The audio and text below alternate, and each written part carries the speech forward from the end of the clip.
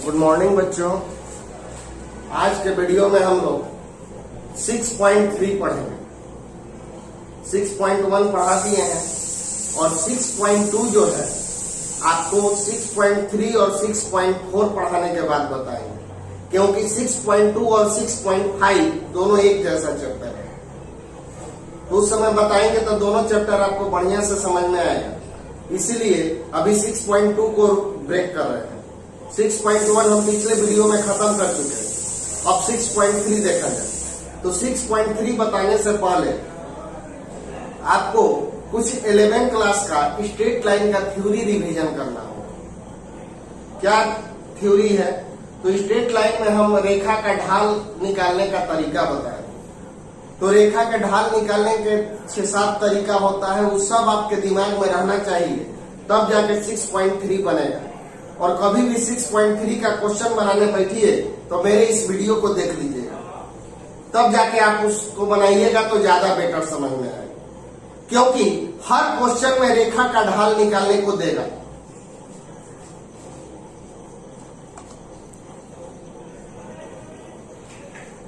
तो हर क्वेश्चन में आपको स्पर्श रेखा का ढाल निकालना है, और स्पर्श रेखा का ढाल निकालने के लिए हर क्वेश्चन में अलग अलग विधि दिया हुआ है। वही सब विधि आपको माइंड मेकअप रहना होगा कि जब ये कंडीशन है तो ये फार्मूला लगेगा, जब ये कंडीशन है तो ये फार्मूला लगेगा। इसीलिए मैं बोल रहा हूं कि वीडियो इस चैप्टर के लिए सबसे इंपॉर्टेंट वीडियो है। तो सबसे पहले स्पर्श रेखा का ढाल निकालने का पहला विधि, तो किसी रेखा का ढाल या प्रवणता एक्स अक्ष और रेखा के बीच धनात्मक दिशा, धनात्मक दिशा का मतलब होता है घड़ी के सुई के विपरीत दिशा में बनाए गए कोण के स्पर्श ज्या। स्पर्श ज्या का मतलब होता है टेंजेंट, टेंजेंट का मतलब होता है टैन को रेखा का ढाल कहते हैं। ये जैसे एक अक्ष हो गया, ध्यान दीजिए, पहले क्लियर कर लीजिए कि रेखा का ढाल कभी भी अक्ष के वाला लेना होगा तो एक अक्ष, वाई अक्ष के साथ नहीं। वाई अक्ष के साथ कुछ भी कोण बनाए उससे कोई मतलब नहीं है हमको। जब रेखा का कोण एक अक्ष के साथ बनेगा तभी हम ढाल निकाल सकते हैं। तो एक अक्ष ये है, वाई अक्ष रहेगा तो नहीं, और ये हो गया रेखा। तो ये दो तरह का कोण बना रहा है। ये रेखा जो है आपको दो तरह का कोण बना रहा है। एक कोण बना रहा है 45 डिग्री, तो हाई हो जाएगा 135 डिग्री। तो आप देखो कि घड़ी के सुई के दिशा में कौन है, घड़ी के सुई के विपरीत दिशा में। धनात्मक दिशा का मतलब घड़ी के सुई के विपरीत दिशा। तो घड़ी हमारा ऐसे चलती है, यानी ये वाला कोण नहीं लेंगे, ये ऋणात्मक दिशा है। घड़ी की सुई की दिशा ऋणात्मक दिशा कहा जाता है, वो वाला कोण नहीं लेना है। घड़ी हमारा ऐसे चलता है, ये नहीं लेंगे, हम लोग ये वाला लेंगे। तो ये वाला कितना है 45 डिग्री, तो रेखा का ढाल हो जाएगा tan 45। और ये कोण 45 डिग्री है तो ढाल बराबर हो जाएगा tan 45, और tan 45 का मान हो जाएगा ये। दूसरा पॉइंट है, जब कोई रेखा दो ठो बिंदु x1 y1 तथा x2 y2 से होकर गुजरता है तो रेखा का ढाल होता है y2 माइनस y1 बटा x2 माइनस x1। जब कोई रेखा दो गो बिंदु, पहला पॉइंट कब लगाइएगा, अपने दिया रहेगा रेखा और उसके बीच का कोण दिया रहेगा, तो जितना कोण दिया रहेगा उस कोण का tan लीजिएगा, तब जाके रेखा का ढाल निकलेगा। जितना कोण दिया रहेगा उस कोण का tan लीजिएगा, तब रेखा का ढाल निकलेगा। और दूसरा पॉइंट है कि ये बिल्कुल अलग है इससे, इसमें ना एक अक्ष है ना कोण है। ये कब रहेगा, जब कोई रेखा दो बिंदु x1 y1 तथा x2 y2 से गुजरता है। इस रेखा पर दो वो बिंदु है, एगो x1 y1 और एगो x2 y2। तो रेखा का ढाल क्या होगा, difference in y coordinate bye difference in x coordinate. तो ये फार्मूला आप कब लगाएंगे, जब रेखा पर दो ठो बिंदु दिया रहेगा। और ये फार्मूला कब लगाएंगे, जब एक अक्ष दिया रहेगा और कोण दिया रहेगा। तो देखो दोनों में कंडीशन अलग अलग है ना। तो इसी तरह से हर 5-6 कंडीशन है, और हर कंडीशन क्वेश्चन में अलग अलग दिया रहेगा। जब दो गो बिंदु दिया रहेगा तो ढाल ऐसा निकालेंगे, जब एक अक्ष और रेखा के बीच कोण दिया रहेगा तो ढाल ऐसा निकालेंगे। दोनों में ढाले निकलेगा, लेकिन इसमें कंडीशन अलग है और इसमें कंडीशन अलग है। तो कंडीशन को देखते हुए आप ढाल निकालेंगे।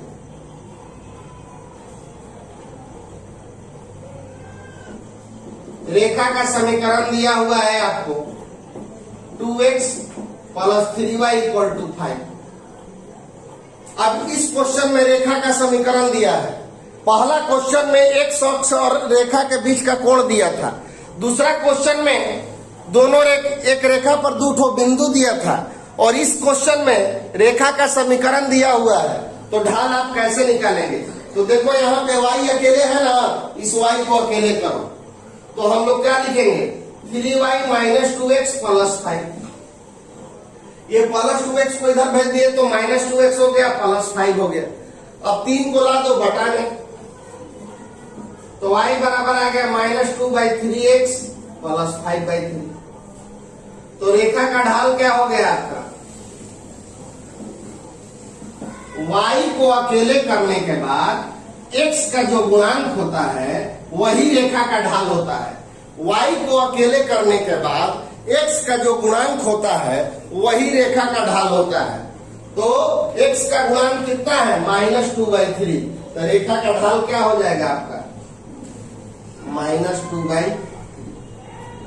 देखिए, जब रेखा का समीकरण y बराबर mx + c है तो रेखा का ढाल होता है m, मतलब y को अकेले करने के बाद x का गुणांक।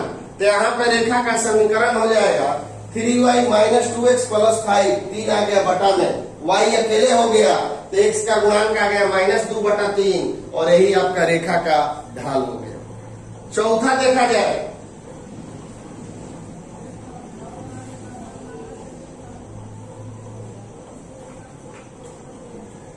जब रेखा एक अक्ष के समानांतर है, ये आपका हो गया एक अक्ष और ये हो गया रेखा। अगर रेखा एक अक्ष के समानांतर है तब रेखा का ढाल आप डायरेक्ट लिख सकते हैं। रेखा का ढाल यहां पे क्या होगा?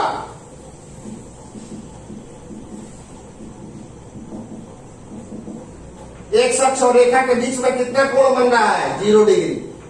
एक अक्ष और रेखा के बीच में कोण बन रहा है 0 डिग्री, तो ढाल हो जाएगा tan 0, और tan 0 का वैल्यू क्या होगा? 0। यानी जब रेखा एक अक्ष के समानांतर होगा तो रेखा का ढाल या परवर्ता आप डायरेक्ट क्या लिखोगे? 0, क्योंकि दोनों समानांतर है तो कोण बनेगा 0, और एक अक्ष के साथ यहाँ पे कोण हो गया 0, तो रेखा का ढाल होगा tan 0। अभी ना हम आपको ये पहला जो फॉर्मूला बताए हैं उसी का स्पेशल रूप है। एक अक्ष के साथ कोण कितना है? 0 डिग्री, तो रेखा का ढाल हो जाएगा tan 0, मतलब 0।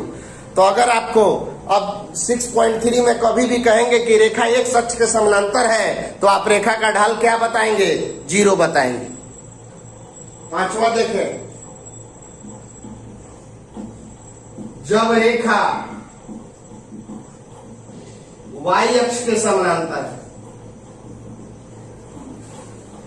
ये आपका हो गया x अक्ष, ये आपका हो गया y अक्ष। रेखा y अक्ष के समानांतर है, तो y अक्ष के समानांतर है तो x अक्ष के साथ कितना कोण बना रहा है? 90 डिग्री। रेखा y अक्ष के समानांतर है तो x अक्ष के साथ कोण कितना बना रहा है? 90 डिग्री। रेखा y अक्ष के समानांतर है तो कोण बना रहा है 90 डिग्री। तो रेखा का ढाल क्या हो जाएगा आपका?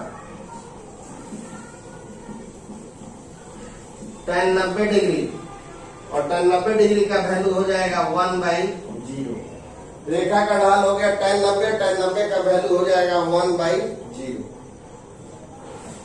जब रेखा y अक्ष के समानांतर रहेगा तो x अक्ष के साथ कितना कोण बनाएगा? 90 डिग्री। तो इसका ढाल हो जाएगा अनंत हो जाएगा और 1/0 हो जाएगा। और समानांतर है, AB हो गया, ये CD हो गया। ये दोनों रेखा परस्पर समानांतर है, तो जब दो रेखा परस्पर समानांतर है तो दोनों रेखा का ढाल क्या होगा? आपको बराबर होगा। ये आपका CD हो गया और ये आपका AB हो गया, दोनों समानांतर है। तो देखिए, रेखा AB का ढाल मान लो कि 5 है। मान लिया कि AB का ढाल 5 दिया हुआ है और AB समानांतर है CD के, तो रेखा CD का भी ढाल क्या होगा आपका 5 होगा। जब दो रेखा समानांतर है तो दोनों रेखा का ढाल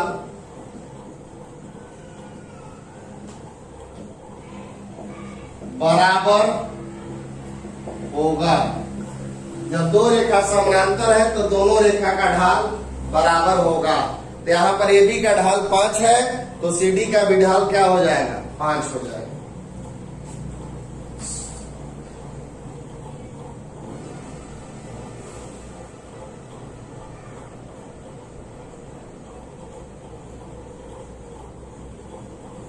सातवां कंडीशन देखिए, जब दो रेखा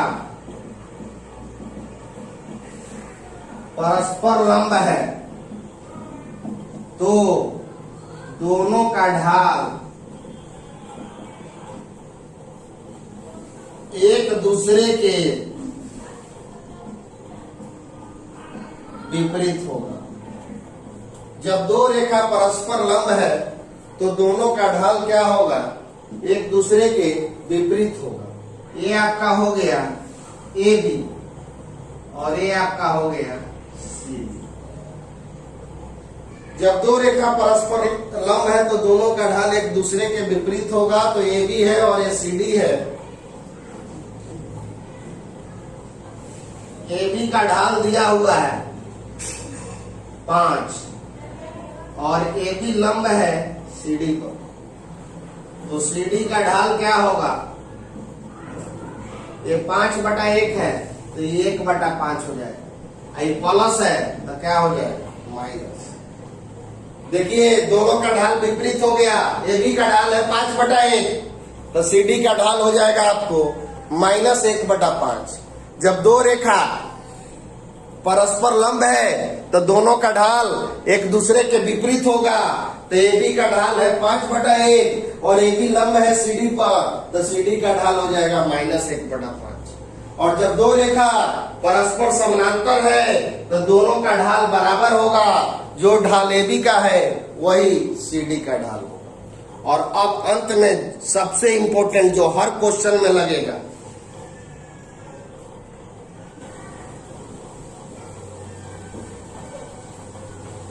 ये सबसे इंपॉर्टेंट है, किसी स्पर्श रेखा का ढाल या प्रवणता। अभी बताए हैं आपको y2 - y1 बटा x2 - x1। तो ये y2 - y1 बटा x2 - x1 कोऑर्डिनेट ज्योमेट्री है और ये dy/dx कैलकुलस है। तो यही वो प्रॉपर्टीज है जो आपको कोऑर्डिनेट ज्योमेट्री को कैलकुलस से जोड़ता है। तो आपको बताए हैं, आपको दूसरा प्रॉपर्टी की स्पर्श रेखा पर दो बिंदु दिया रहे तो उसका ढाल या प्रवणता होता है y2 - y1 और x2 - x1। और इसी को हम लोग ऐसे भी तो लिख सकते हैं difference in y coordinate bye difference in x coordinate. और यही dy/dx आपका कैलकुलस हो गया। तो ये अंत वाला जो प्रॉपर्टी है आपको कोऑर्डिनेट ज्योमेट्री को कैलकुलस से जोड़ता है। y2 - y1 बटा x2 - x1 ये कोऑर्डिनेट ज्योमेट्री का फार्मूला हो गया और dy/dx एक कैलकुलस का फार्मूला हो गया। तो डिफरेंस बिंदु x1 y1। अभी जो पीछे हम फार्मूला बताए हैं उस सब आप लोग को 11 क्लास का था। अब जो फार्मूला बताने जा रहे हैं ये आपका 12 क्लास का है। अब आपको इस एक्सरसाइज में स्पर्श रेखा और अभिलंब का समीकरण पूछेगा, तो उसी के लिए आपको बताने जा रहे हैं। ये हो गया वक्र और ये हो गया इसका स्पर्श रेखा। स्पर्श रेखा समझते हो जो इसको स्पर्श करते हुए गुजरे। और ये आपका हो गया स्पर्श बिंदु x1 y1। तो अगर स्पर्श बिंदु दिया रहे और स्पर्श रेखा का समीकरण पूछे तो आप कैसे निकालेंगे। तो देखिए Q हमने एक पॉइंट मान लिया xy, माना कि स्पर्श रेखा पर कोई बिंदु xy है हमने स्पर्श रेखा पर कोई बिंदु मान लिया x1, तो बताओ तो PQ का ढाल, बिना ढाल या प्रवणता का हम क्वेश्चन ही नहीं बना सकते हैं, थ्योरी भी वही है, PQ का ढाल। तो इसमें कौन सा फार्मूला लगेगा? तो इसमें देखो एक शख्स नहीं दिया हुआ है, इसलिए पहला फेल है। रेखा का समीकरण नहीं दिया हुआ है, इसलिए तीसरा भी फेल है। इसमें आपको फार्मूला लगेगा 2 नंबर, क्योंकि रेखा पर 2 गो बिंदु नजर आ रहा है। एक वो बिंदु तो दिया हुआ है और एक वो बिंदु हम अपना मन से माने हुए हैं। तो PQ का ढाल या प्रवणता हो जाएगा आपका y minus y1 by x minus x1। ये PQ का ढाल या प्रवणता हो गया। और PQ का ढाल या प्रवणता हम एक और तरीका से निकाल सकते हैं। यही तो तरीका है जो 8वां प्रॉपर्टी था, और 8वां प्रॉपर्टी हर क्वेश्चन में लगेगा। हाई वाला हर देखिए, इस एक्सरसाइज के क्वेश्चन के बनाने का मूल मंत्र यह है कि हम ढाल 2 बार निकालेंगे। एक वो ढाल निकालेंगे 1 से लेके 7 तक जो प्रॉपर्टी दिया हुआ है उसमें से एक ढाल निकालेंगे, और एक ढाल निकालेंगे हम 8वां प्रॉपर्टी से। ये वाला सिर्फ इसी से निकलेगा। और एक वो जो ढाल है वो 1 से 7 में से कोई एक में निकलेगा, और दोनों को बराबर करेंगे तो हमारा आंसर आएगा, जैसा कि थ्योरी में हो रहा है। एक वो प्रॉपर्टी हमने निकाला 2 नंबर से, तो 1 से 7 के बीच में है कि नहीं 2 नंबर, कभी 1 नंबर से, कभी 2 नंबर से, कभी 3 नंबर से, कभी 4 नंबर से, ऐसे निकलेगा। तो 1 से 7 नंबर से एक ढाल निकलेगा, और एक ढाल कन्फर्म किससे निकलेगा? 8 नंबर से, और दोनों को बराबर कर देंगे तो हमारा आंसर आ जाएगा। तो PQ का ढाल 8 नंबर क्या कहता है कि dy बाई dx होता है, dy बाई dx। किस बिंदु पे? x1 बिंदु का नाम देना होगा, हर जगह dy बाई dx अलग होगा, तो हमको इस बिंदु पे चाहिए। तो dy by dx x1 y1 हमने लिखवाया है। किसी स्पर्श रेखा का ढाल dy बाई dx होता है, तो एक dy बाई dx हो गया और एक dy बाई dx हो गया। अब दोनों को हम लोग बराबर करेंगे, दोनों एक ही चीज है जी। ये भी PQ का ढाल और ये भी PQ का ढाल, दोनों को हम लोग क्या करेंगे? बराबर करेंगे। ध्यान दो, हर क्वेश्चन में भी यही होने वाला है। एक ढाल निकालेंगे 1 से लेकर 7 प्रॉपर्टी के बीच से, और एक ढाल निकालेंगे हम लोग 8 से। 8 तक खाली का होता है कोची dy बाई dx। तो ये भी ढाल है और ये भी ढाल है, दोनों को हम लोग बराबर करेंगे। समीकरण एक और दूसरी, y minus y1 x minus x1 dy by dx x1 y, तो y minus y1 dy by dx x1 y1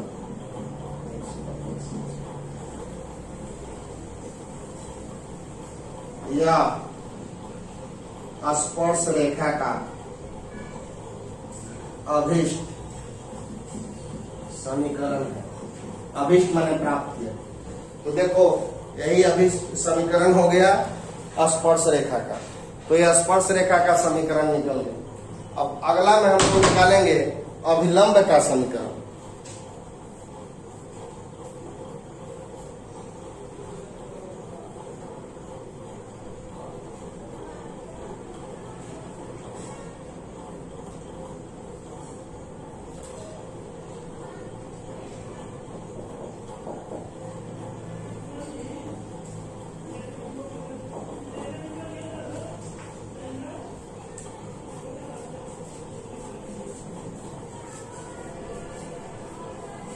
माना कि QXY अभिलंब पर कोई बिंदु है।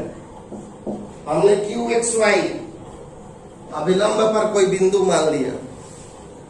तो बच्चों, अभिलंब का प्रवणता बताओ। अभिलंब पर 2 गो बिंदु है, यही अभिलंब कहलाता है। स्पर्श बिंदु पे जो रेखा लंब हो वो अभिलंब है।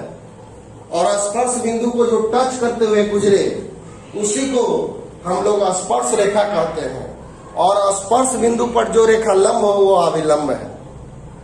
तो अभिलंब का परिवर्तन क्या होगा? y minus y1 by x minus x। अभिलंब का परिवर्तन हो गया difference in y coordinate by difference in x coordinate. ये अभिलंब का परिवर्तन हो गया। अभिलंब का परिवर्तन, अच्छा स्पर्श रेखा का परिवर्तन बताओ। स्पर्श रेखा का परिवर्तन होता है dy बाई dx, x1। और स्पर्श रेखा क्या है? लंब है अभिलंब। तो अभिलंब का परिवर्तन बताओगे। अभी हम आपको थ्योरी दिए हैं कि जब दो रेखा परस्पर लंब रहेगा तो दोनों का ढाल विपरीत होता है, परिवर्तन विपरीत होता है। ढाल और परिवर्तन एक ही चीज है। तो जैसे AB का ढाल 5 रहेगा तो इसका ढाल आपका -1/5 हो जाएगा। PQ का ढाल अगर 5 है तो AB का ढाल -1/5 होगा। तो यहाँ स्पर्श रेखा का ढाल है dy बाई dx। स्पर्श रेखा जो है लंब है अभिलंब पर, तो अभिलंब का परिवर्तन इसका उल्टा हो जाएगा। तो जैसे 5 था तो क्या हो गया था? 1/5 हो गया था। तो उसी तरह से dy बाई dx है तो क्या हो जाएगा? -1 बाई dy बाई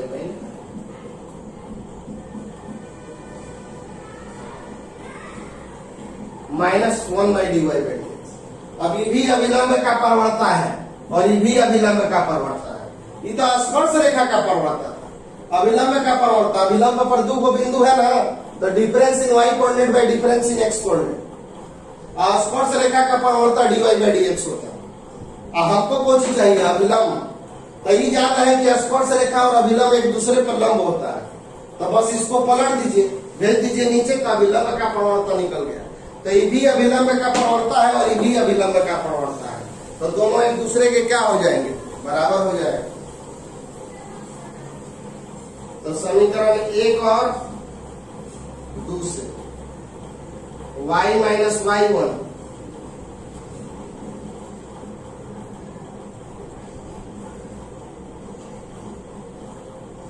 ये भेज दो इधर।